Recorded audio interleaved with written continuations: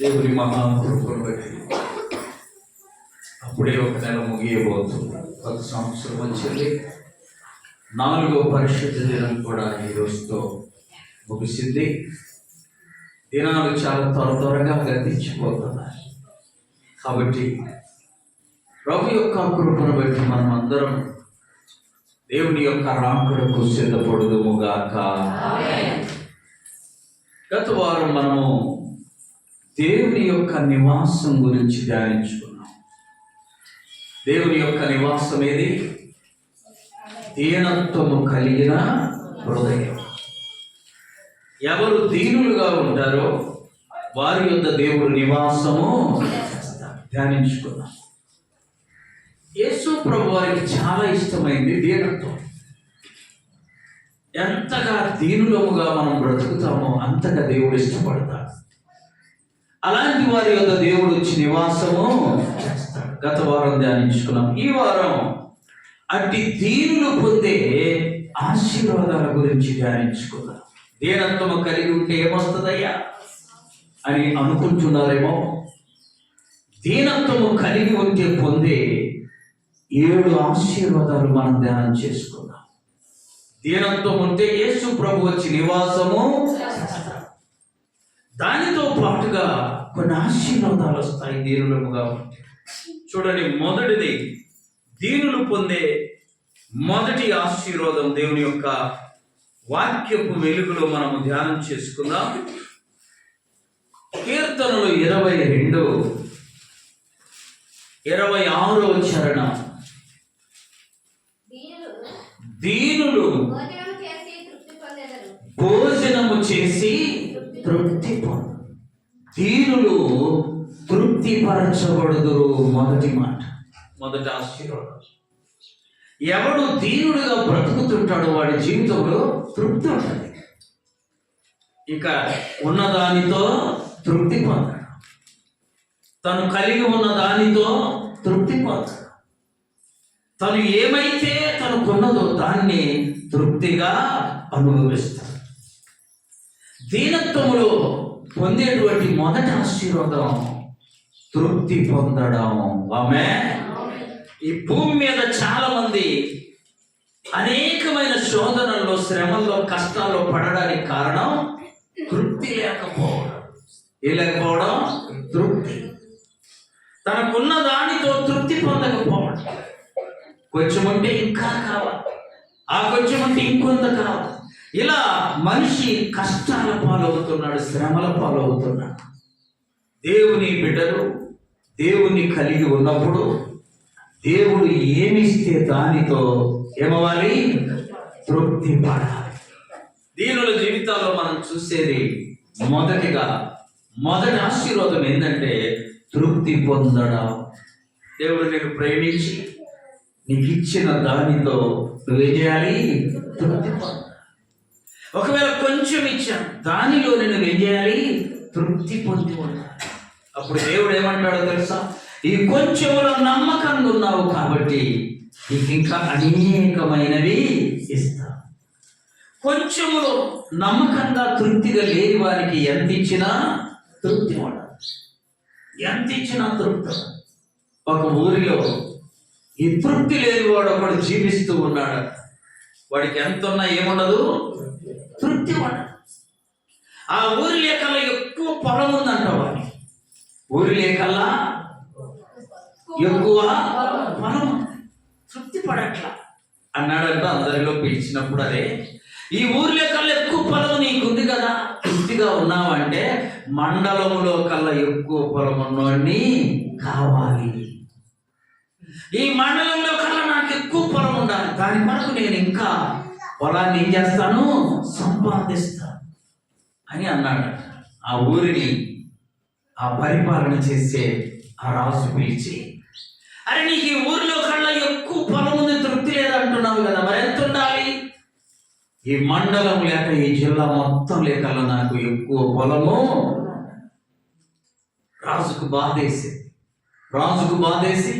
వాడిని తీసుకొని వెళ్ళి ఊరి బయట నిలువబెట్టి చెప్పాడంట వానితో, నువ్వు ఇక్కడ మొదలు పెట్టుకొని ఎంత దూరం అయితే పరిగెత్తుతావో అది మొత్తం నీకే ఇప్పిస్తాను. ఆమె అంటే అతను ఎంత పరిగెత్తితే ఆ భూమి అంతా అతనిది అయిపోవాలి. చెప్పగానే చాలా సంతోషపడ్డాడు, చాలా ఆనందపడి ఎంతో ఎక్కువ పరిగెత్తి భూమి అంతటిని ఏం చేయాలనుకున్నాడు? స్వాధీనపరచుకో. అప్పుడు ఈ మండలంలో కల్లా, జిల్లాలో కల్లా నాకే ఎక్కువ పొలం ఉంటుంది. అలా అనుకొని అందరినీ సమకూర్చాడు రాజు. ఊరిలో ఉన్న వాళ్ళందరినీ, మండలంలో ఉన్న వాళ్ళందరూ వచ్చేసారు. అయ్యా, వాడు ఎంత ఉరికితే, ఎంత పరిగెత్తితే పరిగెత్తిందంతా వాడికే ఇచ్చేయాలి తీర్మానం చేశారు. సరే, సమయం జెండా ఊపి ప్రారంభించాడు. వీడు పరిగెత్తుతా ఉన్నాడు. ఆ మైదానంలో బాగా పరిగెత్తుతా ఉన్నాడు. గుండె, మనకున్న గుండె కొంత మేరకే పరిగెత్తగలదు, కొంత బరువే మోయగలదు, కొంతసేపే గాలిని బిగబట్టగలం. ఎక్కువసేపు బిగబట్టడానికి ఈ గుండె శక్తి. వీడు పరిగెత్తి కొంత దూరం పరిగెత్తిన తర్వాత ఆయాసం వచ్చింది. వెనక్కి తిరిగి చూశాడు, చాలా పరిగెత్తాడు. ఇక్కడ ఆగిపోతే ఎంతవరకే కదా నాకు వచ్చేది అని ఇంకా కొంచెము వెనక్కి తిరిగి చూశాడు, చాలా పరిగెత్తాడు. ఇక్కడ ఆగిపోతే ఎంతవరకే కదా వచ్చేది అని ఇంకా కొంచెము. చెప్పాను నేను, ఈ గుండె కొంతవరకే పరిగెత్తగలదు. అర్థమైందా? ఎక్కువ పరిగెత్తితే గుండె ఏం చేస్తుంది? ఫెయిల్ అవుతుంది. అలా పరిగెత్తి ఆగట్లా. గుండె ఏం చదువుతుంది? ఆగయ్యా, ఇంకా నేను ఎక్కువ పని చేయనని చెప్తుంది. కానీ వాడు వినట్లే. ఎందుకో తెలుసా? ఇంకా పరిగెత్తితే పరిగెత్తిందంత నాకే. చివరికి అలా పరిగెత్తి లాస్ట్లో పడిపోయింది. అందరూ వచ్చి చూసరికి గుండె ఏమైంది?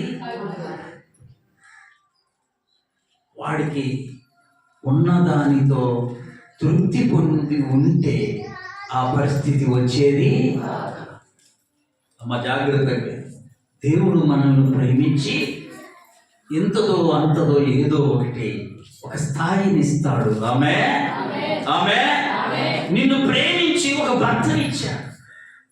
అతను పిచ్చోడు కావచ్చు, తెలివి కల్లోడు కావచ్చు, అందగాడు కావచ్చు, అందం లేనివాడు కావచ్చు. అవన్నీ నువ్వు ఊహించరా. కానీ దేవుడు నీకు సిద్ధపరిచి నీకు వచ్చి ఇచ్చిన వాడు అతడే. అతనిని నీవు కాదనుకొని అతనికంటే మంచోడు ఉంటే బాగుందని అనుకుంటే ఎంత ప్రమాదమో, ఎంత అసహ్యమో, ఎంత పాపమో. నీ జీవితం ఒకసారి పరిశీలన చేసి, ఒక భర్త విషయంలో కాదు, లేక ఒక భార్య విషయంలో కాదు. చూసారా? నా జీవితంలో దేని విషయంలోనైనా దేవుడు మనకిచ్చిన దానితో మనం ఏం చేయాలి? తృప్తిపడాలి. ఇంకా పైకి వెళ్తే బాగుండు, ఇంకా పరిగెత్తితే బాగుండు. తుదకు నువ్వేమవుతావు తెలుసా? పడిపోతావు. పడిపోయి అతని గుండె అంటే ఏమైందమ్మా? ఇప్పుడు అతనికి ఎంత పొలం కావాలో మీరు చెప్పాలి. 3 అడుగులు, 6 అడుగులు పొలం స్థలం అంతే. తెలుసా? ఒకసారి ట్రైన్లో వెళ్తుంటే నరసరావుపేట దాటగానే ఆ రైల్వే ట్రాక్ పక్కన సమాధులు దొడ్డుంది, పెద్ద సమాధులు. మీరు ట్రైన్కి వెళ్ళే వాళ్ళందరికీ తెలుసు.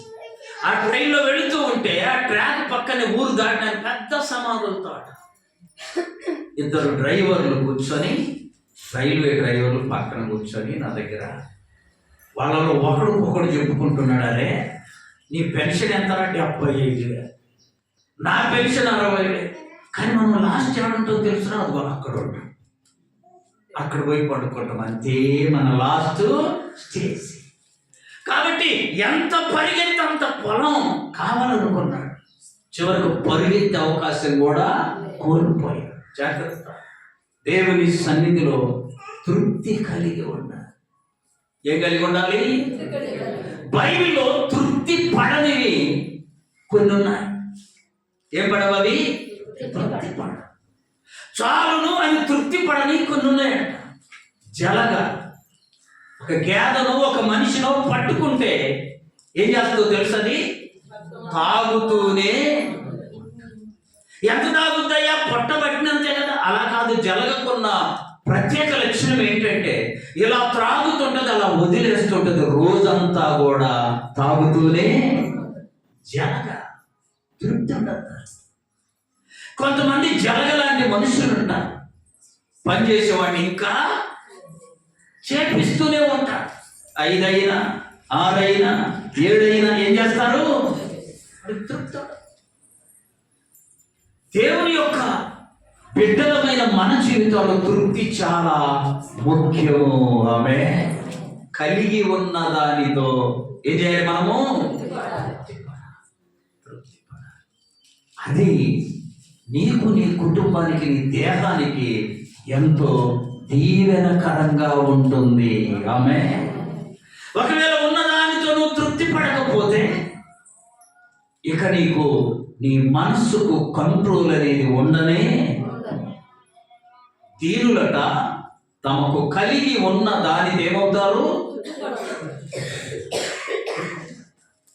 ఎప్పుడు కూడా మనిషి జీవితంలో మనకంటే గొప్ప వాళ్ళని చూసి ఆశపడకూడదు. మనకంటే తక్కువ వారిని చూసి మనం ఏం చేయాలి? తృప్తి పడాలి. చాలు, వానికంటే నేను బాగా ఉన్నా, వారికంటే మనం బాగానే ఉన్నామని తృప్తి పడాలి. మనకంటే బాగున్న వాళ్ళ వైపు మనం ఎన్నడూ చూడకూడదు, పోల్చుకోకూడదు. పెద్ద ప్రమాదం. గమనించి, అందుకని దీనులు పొందే మొదటి ఆశీర్వాదం ఏంటి చెప్పండి? తృప్తి పొందుతారు. ఏం పొందుతారు? మనకున్న దానితో తృప్తి పొందుతారు. తృప్తి లేని వ్యక్తి భూమి మీద ఎక్కువ కాలము జీవించాలి. ఎక్కువ కాలము జీవించాలి. మనిషికి దైవ భక్తి ఉంటే మొదట కనపడేది తృప్తి. మనకున్నది చాలు, దేవుడు మనకి ఇచ్చింది చాలు, దేవుడు మనల్ని ఉంచిన స్థానంలో ఉందా, ఇది తృప్తి. అందుకని పౌలు గారు అంటాడు, నేను ఏ స్థితిలో ఉన్నానో ఏం పడదలుచుకున్నాడు ఆయన? తృప్తి చెందగలుగుతాడు. ఉన్నతమైన స్థితిలో ఉన్నా, దేన స్థితిలో ఉన్నా నేనేమవుతాను? సంతృప్తి కలిగి ఉంటాను. దేన స్థితి ఉన్నానని బాధపడకూడదు. సంపన్న స్థితి ఉన్నానని ఎగిరి పడకూడదు. దేవుని బిడ్డలు అద్భుతంగా నేర్చుకోవలసిన మొదటి శ్రేష్టమైన కార్యం తృప్తి. ఆమె ఏముండాలి? ఆలోచించండి. ఒక ఆమెకి ఇక్కడ దాకా జడుందంట. మా క్రింద కాళ్ళ దాకా జడు. ఇంకొక ఆమెకి జడ కొంచెం తక్కువ. దాని కొరకు ఇంకా విక్కులు తెచ్చి పెట్టుకొని ఈమె కూడా ఆమెలాగా కింద వరకు జడ వేసుకుంది. ఇక అంతటి తాగలా. ఆ జడ ఉన్నామా ఇన్ని పూలు పెట్టుకుంది. తెలుసా, ఆడవాళ్ళకి ఎక్కువ పోలికలు చేస్తుంటారు. ఆ మంది కొన్నది నిలబడ, వాళ్ళు అది చేశారు, నేను చేయాలి. ఏం కూడా ఇలాంటి ఇంకా ఇన్ని ఎక్కువ పూలు వెళ్తా ఉంది బస్ స్టాండ్. తప్పు మరి ఇంకేమైంది? కింద ఓడిగుండు లోపల.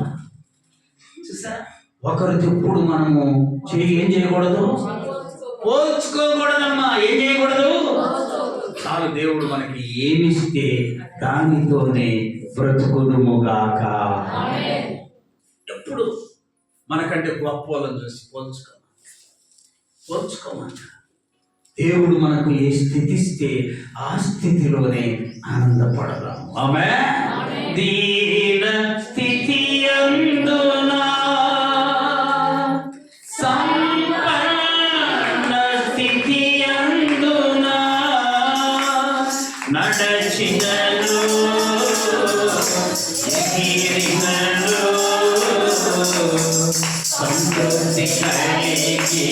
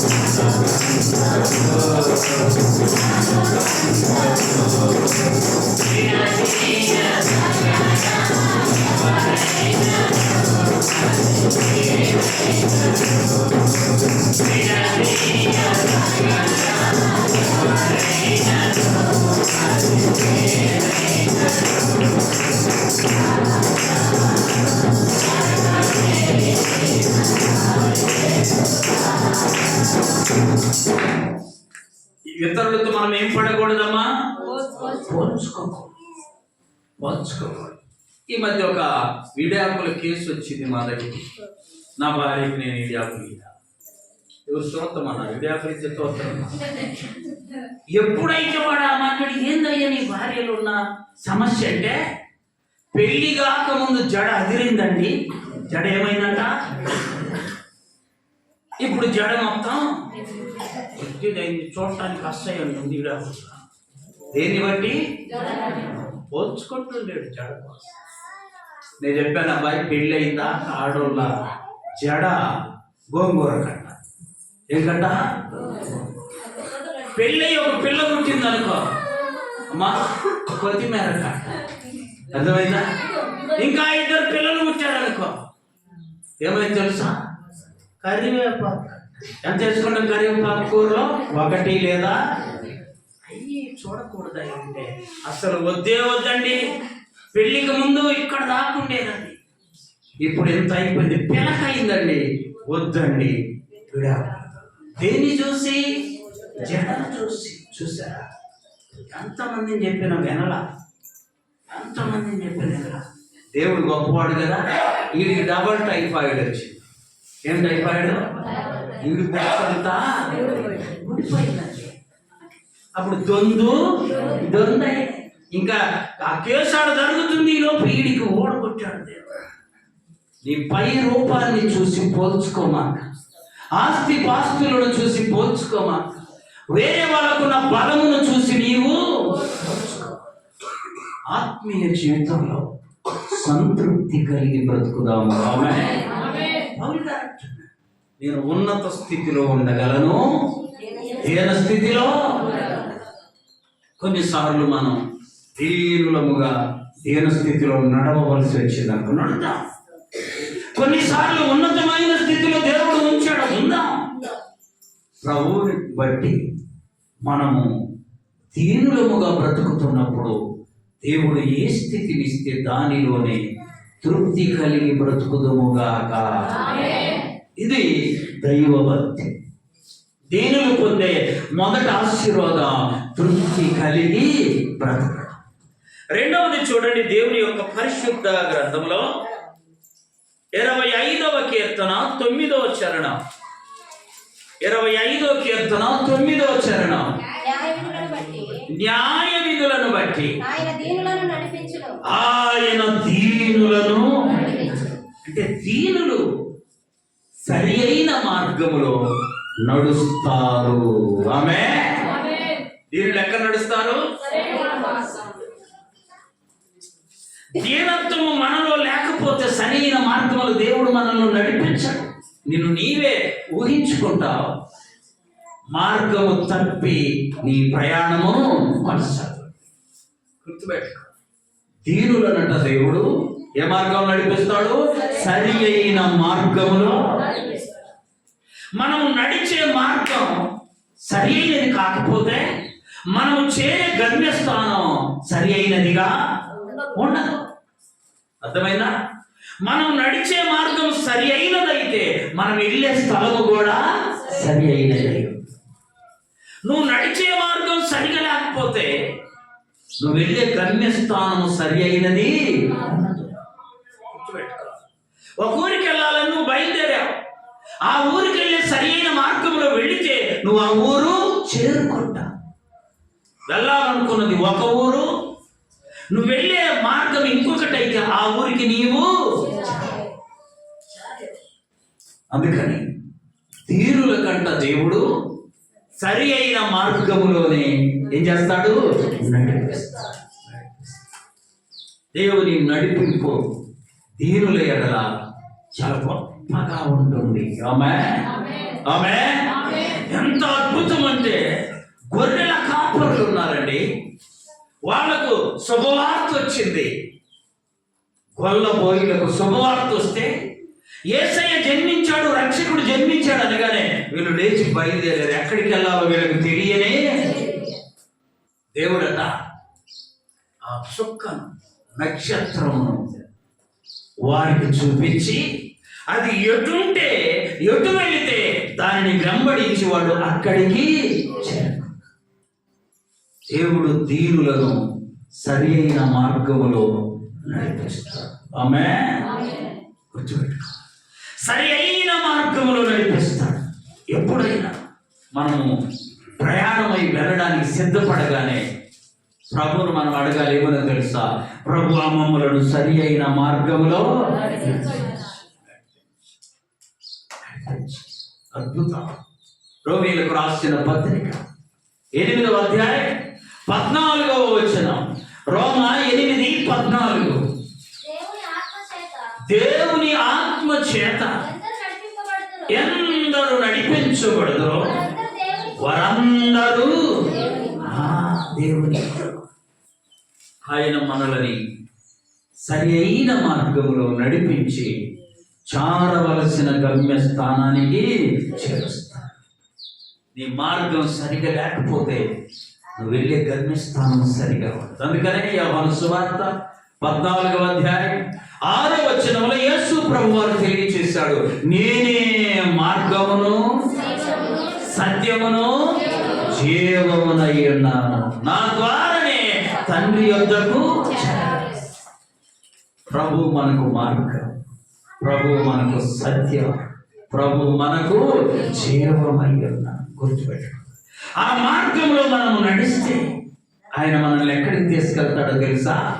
మన కొరకు సిద్ధపరిచిన నిత్యత్వములోనికి తీసుకెళ్తాడు.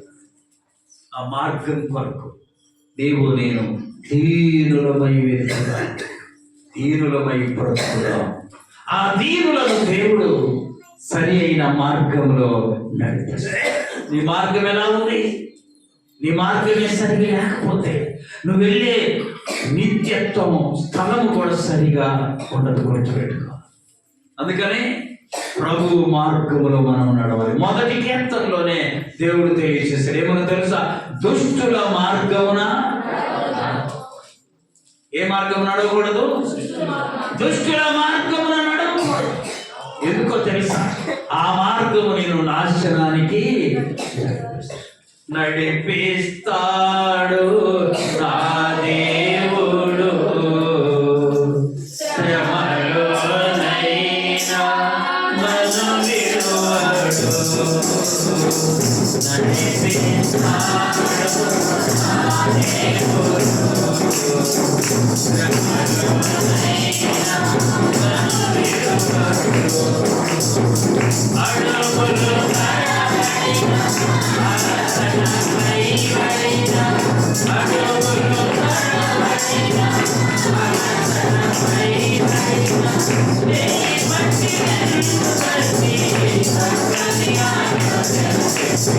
Stay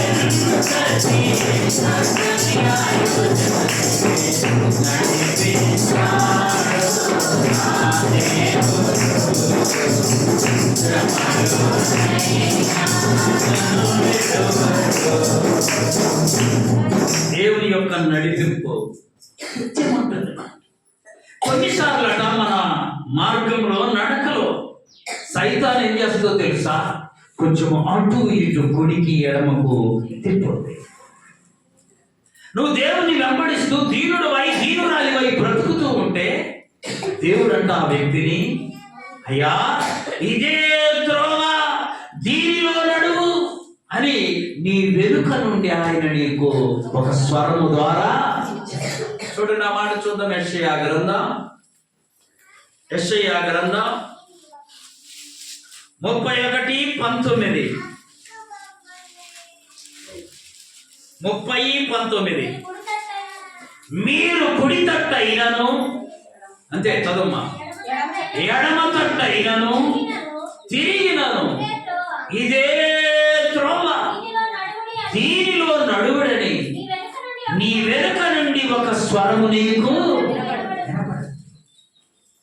నువ్వు దీనుడిగా బ్రతుకుతుంటే సైతాన్ ఏం చేస్తుందో తెలుసా, నిన్ను చెడగొట్టడానికి ప్రయత్నము, నువ్వు వెళ్ళే మార్గము తప్పించడానికి ప్రయత్నం చేస్తావు. అప్పుడు నీవు నిజంగా దీనత్వము ధరించుకొని ఉంటే దేవుడు అంట వెనకాలుండయా, నువ్వు కుడి తట్టుకైనను ఎడమ తట్టుకైనను తిరుగుతున్నావు, తిరగమాక, ఇదే త్రోవ.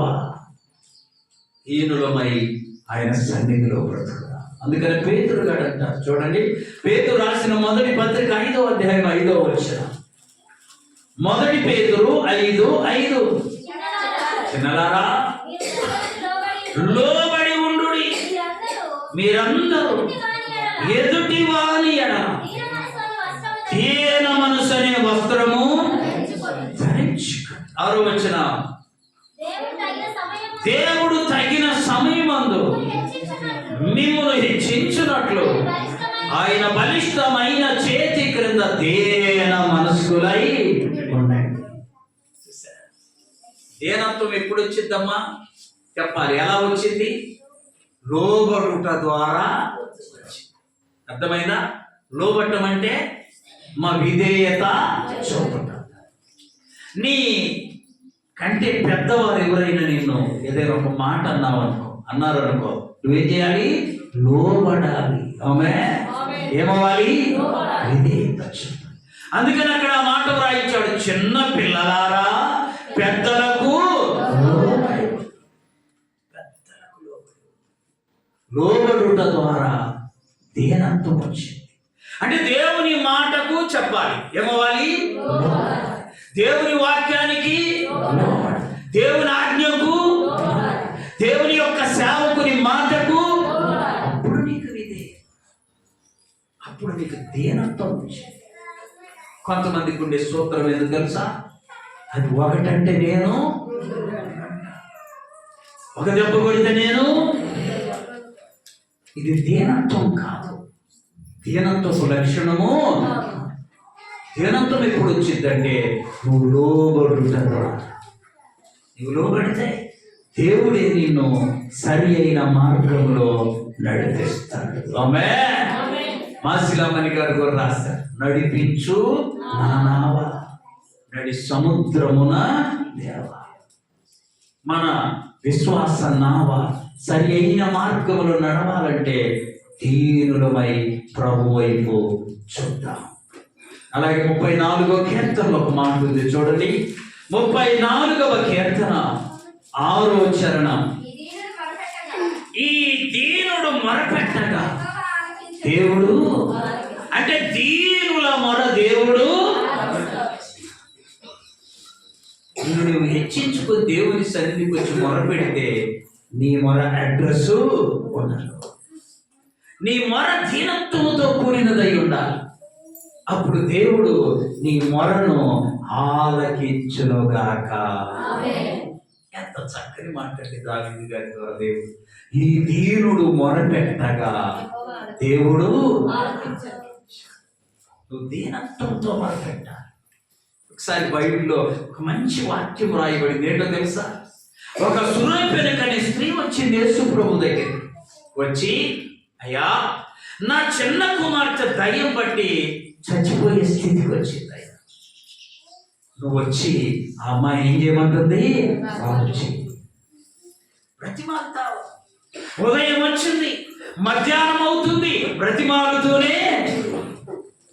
యేసు ప్రభు అంటే ఆమెతో ఒక్క మాట కూడా చెప్పరా. కొన్నిసార్లు అట్లా పరీక్షిస్తాడు దేవుడు. ప్రార్థన చేస్తుంటే జవాబు, కన్నీరు కాలుస్తుంటే ఆదరణ రాదు. ప్రభువు పరిశీలిస్తున్నాడని గుర్తుపెట్టుకో. ఎప్పుడైతే ఈమె మధ్యాహ్నం దాకా కలుస్తూ ఉందో, శిష్యులు అన్నారంట, బోధకుడా ఈమెను పంపేసి. ఉదయం నుంచి కేకలేస్తా ఉందయ్యా. ఇప్పుడు చెప్పండి, ఆ కేకలి వేళకైనా వినపడింది? ప్రభువుకి వినపడవా? వీళ్ళు ఈ మాట చెప్తే ఆయన మౌనంగా ఉన్నాడు. అప్పుడు ఆయన వెళ్ళి చూసి అన్నాడమ్మా, పిల్లలు రొట్టె తిని తృప్తి పొందితే సరిపోతుంది కదా, ఆ పిల్లలు రొట్టె తీసి కుక్క పిల్లలకి వేయడం న్యాయం కాదు కదా అన్నాడు. చూసారా ఆ మాట అనేసరికి మనమైతే, మా నీ ప్రార్థన ఎంత చేసు, నువ్వెంత చేసు, కుక్క అంటవా? ఎవరు జాగ్రత్తగా రాని మాటలు అందం కదా. ఆమె ఏమనిందో తెలుసా? అవును ప్రభువా. ఎలా ఒప్పుకుంటా, ఎంత దీనురాలిగా మాట్లాడు. ప్రభు తనింది, అవును ప్రభువా, పిల్లలు రొట్టె తింటుంటే కొంచెం ముక్కలు కింద పడతాయి కదా, అవి కుక్క పిల్లలు తింటాయి కదా, నాకు అలాగ కొంచెం సహాయము. ఎంత దీనత్వం, ఎంత దీనత్వం గమనించండి. దీనులు ఒక ఆఫీసులోనట అధికారి ప్రభువును నమ్ముకున్నవాడు. అధికారి ఒక ప్రార్థన వచ్చిందయ్యా, నాకు పలాని పని చేసి పెట్టయ్యా. ఆయన అన్నాడు, అమ్మా నీ పేరేంటి? నా పేరు ఎస్తేరమ్మ అని ఆయన చెప్పగానే, ఈయన ప్రభువుని ఎరిగిన వాడు కనుక వెళ్ళి ఆ చెట్టు కింద కూర్చొని ప్రార్థన చేసుకోవాలి. ఆమె ఏం చేయమన్నాడు? కొంచెం సేపు ప్రార్థన చేసి మరలా వచ్చిందంట అధికారి. అయ్యా ప్రార్థన చేసుకున్నాను. ఆమెకు తెలియదు ఈయన ప్రార్థనా పరుడని. ప్రార్థన చేసుకున్నాను, నువ్వు చెప్పినట్టే నా పని చేసి వెళ్ళి ఆ చెట్టు కింద కూర్చొని ప్రార్థన ఏనెవరు అనుకొని మళ్ళా వెళ్ళి 3 ముక్కల ప్రార్థన చేసి మళ్ళా వచ్చి, అమ్మ నువ్వు ఎంతసేపు ప్రార్థన చేసావు? చేశాను. కొంచెం సేపు చేసావమ్మా, ఇంకా కొంచెం సేపు వెళ్ళి ప్రార్థన చేసుకొని. అందరు ఎక్కువ కదా మనకి. అమ్మా ఇప్పుడు మాంసం కూర వండించారనుకో ప్లేట్లో, ప్రార్థన ఏమవుద్ది? తగ్గిద్ది. కాస్త పచ్చడి ఉందనుకో ప్రార్థన కాస్త అట్టుంటారు కొంతమంది. ఈమె మళ్ళీ 3వసారి వచ్చినాయి, చేసుకున్నాను. ఎంత అయిందన్నమాట? 12. 1 గంటదా ప్రార్థన చేసుకోవాలి. ఈడెవరు నన్ను ఇక్కడ ప్రార్థన చేయమంటుండని విసుక్కుంటూ వెళ్ళి అటు ఇటు తిరుగు సరే కొంచెం సేపు ప్రార్థన చేసుకొని 1 రాగానే ఈయన తెచ్చుకున్న ఆహారం ఉందే, అందులో సగం తీసి ఆమె చేతిలో చప్పట్లు కొట్టాడు. ప్రార్థన చేసినందువల్ల ఆమెకి ఏమొచ్చింది? ఆహారం వచ్చింది. తిని మంచిదని తిని చేతులు దుడుకొని ముద్దుడుచుకొని ఇప్పుడు వెళ్ళింది మళ్ళీ, అయ్యా నా పని ఇప్పుడు వెళ్ళి ప్రార్థన చేయకుండా. ఆమె కొన్నిసార్లు పరీక్షలు వస్తాయి, మనం ఓడిపోకూడదు. ఆమె ఏం చేయమన్నాడు ఆయన? ఎండకుండమన్నాడా? లేక ఏంటి బింగిళ్ళు తీయమన్నాడా? మోకాళ్ళు ఏమన్నాడు? వేయమని ఏం చేయమన్నాడు? నేనైతే మళ్ళా పిలిచిందాక చేసావని చప్పట్లు కొట్టి ప్రభువు ప్రార్థన చెయ్యి అన్న అధికారి నీకు దొరికితే నువ్వు ఎంతో ధన్యుడివి, ధన్యురాలివి. వెళ్ళింది, తిన్నావు కదా, చక్కగా వెళ్ళి ప్రార్థన చేసుకోమంటే వెళ్ళింది. కొంచెం సేపు ప్రార్థన చేసి, అయ్యా నా పని. మళ్ళా వచ్చి, అమ్మా నేను 5 వరకు ఉంటా. ఎన్నింటి వరకు? 5 దాకా ప్రార్థన చేసి రాపమ్మా. లేదా ఉదయం నుంచి నేను ఇన్నిసార్లు చెప్పావు, ఏంది ఎంతసేపు చేసేది, నేను ఇంటికి వెళ్ళొద్దా, నాకేం పని ఆడు ఎంత సైం ఉండటానికి. గొడవకు దిగింది ఆయన మీద. ఎవరి మీద? అన్నం పెట్టిన అధికారి. ఎవరి మీద? ప్రార్థన చేయమని చెప్పిన అధికారి. చెయ్యొచ్చా అమ్మా? ఏం చేయమన్నాడు ఆయన? ఎండలో కొద్దోడు ఉండురా అన్నాడా? లేకపోతే 1000 రూపాయలు ఇవ్వన్నాడా? అన్నా. ఏం చేయమన్నాడు? చెయ్యి. ఎంత మంచిది, ఎంత మంచిదా ఆ మాట. గొడవకు దిగిందంట. అప్పుడు ఆయన పిలిచమ్మా, నీలో దీనత్వము కనబడరా? ఏం కనబడలా? ఏందా ఎంత మాట? నీకు సంపాదించకుండా కష్టపడకుండా నేను నీకు ఆహారము. నీతోటి వచ్చిన వాళ్ళందరూ ఆ హోటల్కి వెళ్ళి ఏదో ఒకటి తిని వచ్చి ఎదురు చూస్తున్నారమ్మా నా కొరకు. నీకు నేను ఆహారము మొరపెట్టమంటే దేవుడి దగ్గర ఎందుకు తొందరపడతా? మా పాస్టర్ కూడా ఇన్నిసార్లు చెప్పలేదయ్యా, ఏదో నువ్వు ఇన్నిసార్లు చెప్పిన ప్రార్థన చేయమని అన్నదంట. చూసారా? అంటే నేర్చుకున్నది ఏంది? ప్రార్థన చేయమని అడిగితే ఎదురు తిరగడం నేర్చుకుంటావా? దీనత్వం నీలో లేదు. ముందు దీనురాలివై దీనత్వము ధరించుకొని అప్పుడు రాపో, నీ పని నేను చేసి పెడతాను. ఆమె నీ పని వద్దు, నువ్వు వద్దని వెళ్ళిపోయినా. చూసారా? ఏమి లేదు ఈమెలో. చెప్పాలి, దీనత్వం తగ్గించుకోమ్మా, దీనుడిగా ఉండమ్మా, దీనత్వము ధరించుకోమ్మా. నీకు చెప్పిన అధికారి ఖచ్చితంగా నిన్ను మరలా పిలుస్తారు. ఏమనిందంట? అవును ప్రభువా. అమ్మ, పిల్లల రొట్టె కుక్క పిల్లలు కట్టేశారంటే ఈమెమనింది? అవును ప్రభువా. ఏ ప్రభువా? అవునయ్య, నేను కుక్క పిల్లని. ఒప్పుకున్నందువల్ల ఆమె కుక్క అయిందా? చెప్పాలి. అయిందా? నన్ను కుక్క అంటావు, నువ్వు కుక్క, మీ అమ్మ కుక్క, మీ అబ్బ కుక్క అంటే పరిస్థితి మారిపోతుంది. ప్రభు దగ్గర చక్కగా ఒప్పుకుంది. అవును ప్రభువా. పిల్లలు తినేటప్పుడు కొన్ని ముక్కలు కింద పడితే కుక్కలు తింటాయి కదా, అలాగే నాకు సహాయము. యేసు ప్రభు అన్నాడు అక్కడ, ఇశ్రాయేలులోనైనా నేనెంత విశ్వాసము ఎవరి దగ్గర. తప్పుడు ఇప్పుడు అలా సహనముతో మనం ఉండాలి. ఆమె ఏం కలిగి ఉండాలి? అదే దీనత్వం. చెప్పింది విను, అది నీకు ఆశీర్వాదం. లోబడడం నేర్చుకో, అది నీకు ఆశీర్వాదం. ఏమలా ఇలా మాట్లాడుతుంటే ఈ అధికారి దగ్గర వాళ్ళ సేవకుడు వచ్చాడు. ఆమె ఎవరు వచ్చిండ్రు? రాగానే అయ్యా ప్రైజ్ లాడయ్యా, అయ్యా ప్రైజ్ లాడ్, నీ కొరకు కొంచెం ప్రార్థన చేసిపోదామని. ఆయన తెలిసిన ప్రార్థన పరుడని, నీ కొరకు కొంచెం ప్రార్థన చేసి వెళ్దామని వచ్చానా. ఇంటిగా వెళుతానగానే అయ్యా ఈమె మా సంఘస్తురాలే, ఈమె ప్రార్థన చేయబట్టి ఎదురు తిరుగుతుందయ్యా.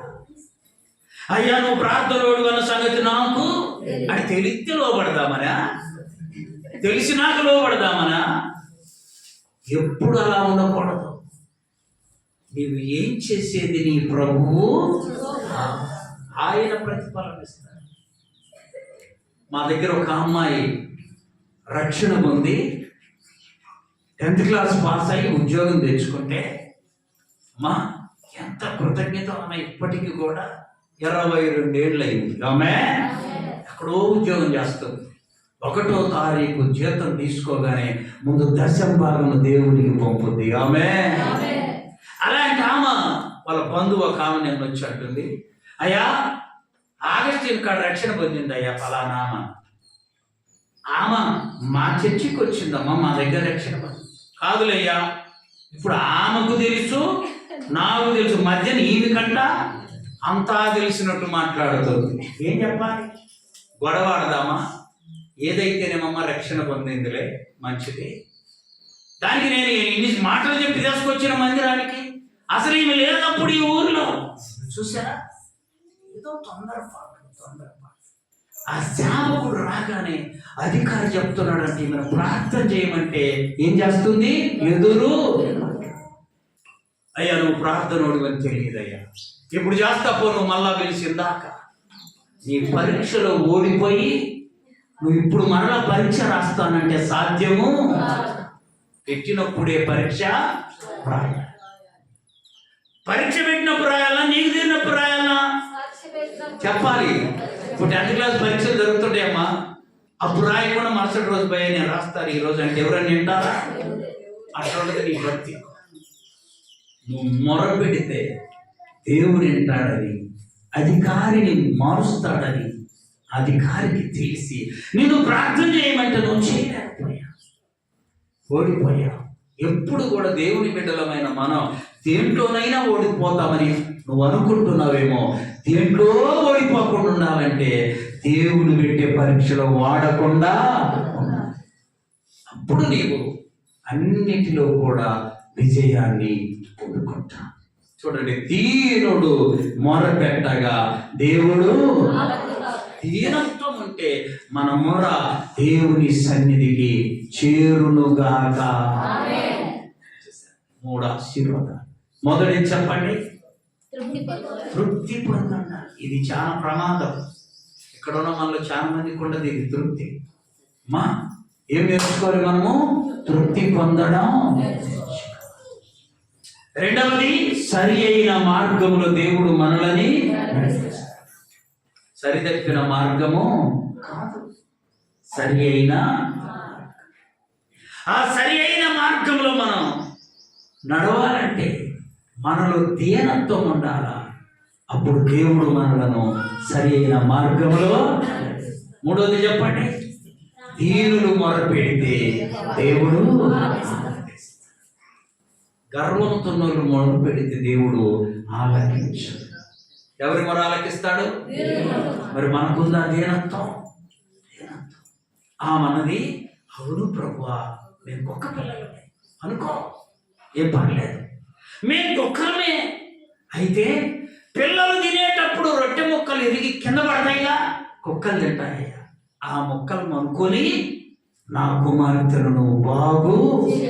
అసలు మనం ఒప్పుకో ముందు, తర్వాత ఆమె ఒప్పుకుంది, దేవుని ద్వారా దీవెన. ప్రభు అన్నాడంటే నువ్వు ఇంటికెళ్ళు, నీ విశ్వాసము నీ బిడ్డను స్వస్థపరిచింది. ఆమేన్. మన విశ్వాసం ఏం చేస్తాం? మనలని మొర పెడితే దేవుడు మన మొర వినలేదంటే లోపము నీలో ఉంది. గుర్తుపెట్టుకోవాలి, లోపము. బైబిల్లో రాయబడింది కదా, ఇద్దరు మందిరానికి వెళ్ళారు, ఇద్దరు ప్రార్థన చేద్దాం అనుకున్నారు. ఒక ఆయన ప్రార్థన మొదలు పెట్టాడు లోపలికి వెళ్ళిపోయి, ఏమని? ప్రభువా, నేను వారమునకు 2 దినాలు ఉపవాసం. ఎవరితో చెప్తున్నాడు? ప్రభుత్వం చెప్పాల్సిన పని ఆయన తెలుసు కదా మన సంగతి. నా సంపాదన అంతటిలో 10 భాగం ఇస్తున్నాయా అని ఊరుకోలా. అదిగో వాడిలాగలేను, వీడిలాగలేను, అందరితో పోల్చుకుంటున్నా. ఇంకొకడన్నా దూరంగా నిలబడి మందిరానికి దూరంగా నిలబడి ప్రార్థన చేస్తున్నాడు. ప్రభువా, పాపినైన నన్ను క్షమించు. దీనత్వముతో కూడిన ప్రార్థన. దేవుడట లోపలికి వెళ్ళి ప్రార్థన చేసినోడి ప్రార్థన ఆలకించలా, బయట ఉండి ప్రార్థించిన వారి ప్రార్థన ఆలకించు. చూసారా? అంటే ఇతని ప్రార్థన దాంభికముతో కూడుకున్నది. ఇతని ప్రార్థన దాంభికం అంటే గర్వం, హెచ్చింపు, తనను తాను హెచ్చించుకుంటూ ప్రార్థించాడు. ఆ ప్రార్థన దేవుడు ఆలకించడా. పరిసయ్యుని ప్రార్థన దేవుడు, సుంకరి ప్రార్థన ఆలకించాడు. మన విశ్వాస జీవితం దీనులమై మొరపెట్టడం నేర్చుకోవాలి. అమ్మా, దీనత్వముతో మొరపెట్టడం. ఒక దైవజనుడు చెప్పాడు, దీనత్వముతో మొరపెట్టడం అంటే అన్నము తినకుండా ఆకలితో ఉన్నప్పుడు ప్రార్థన చేయడం. చాలా బాగుంటుంది అప్పుడు ప్రార్థన. దీనత్వము లేని ప్రార్థన ఎందుకు తెలుసా? కడుపు నిండిన కడుపు నిండిన ప్రార్థన ఎట్లుంటది? తెలియకుండా నేను నిద్రలోకి వెళ్ళిపోతాను. కడుపు కాలేటప్పుడు ప్రార్థన ఉంటుంది, అది బహుశక్తివంతమైన. అందుకనే ఉపవాస ప్రార్థన అన్నది ఎందుకంటే తినొస్తే మన శరీరం మనకు లోబడడం తక్కువ. తినకుండా ఆకలితో వస్తే మన శరీరం మనకేముంది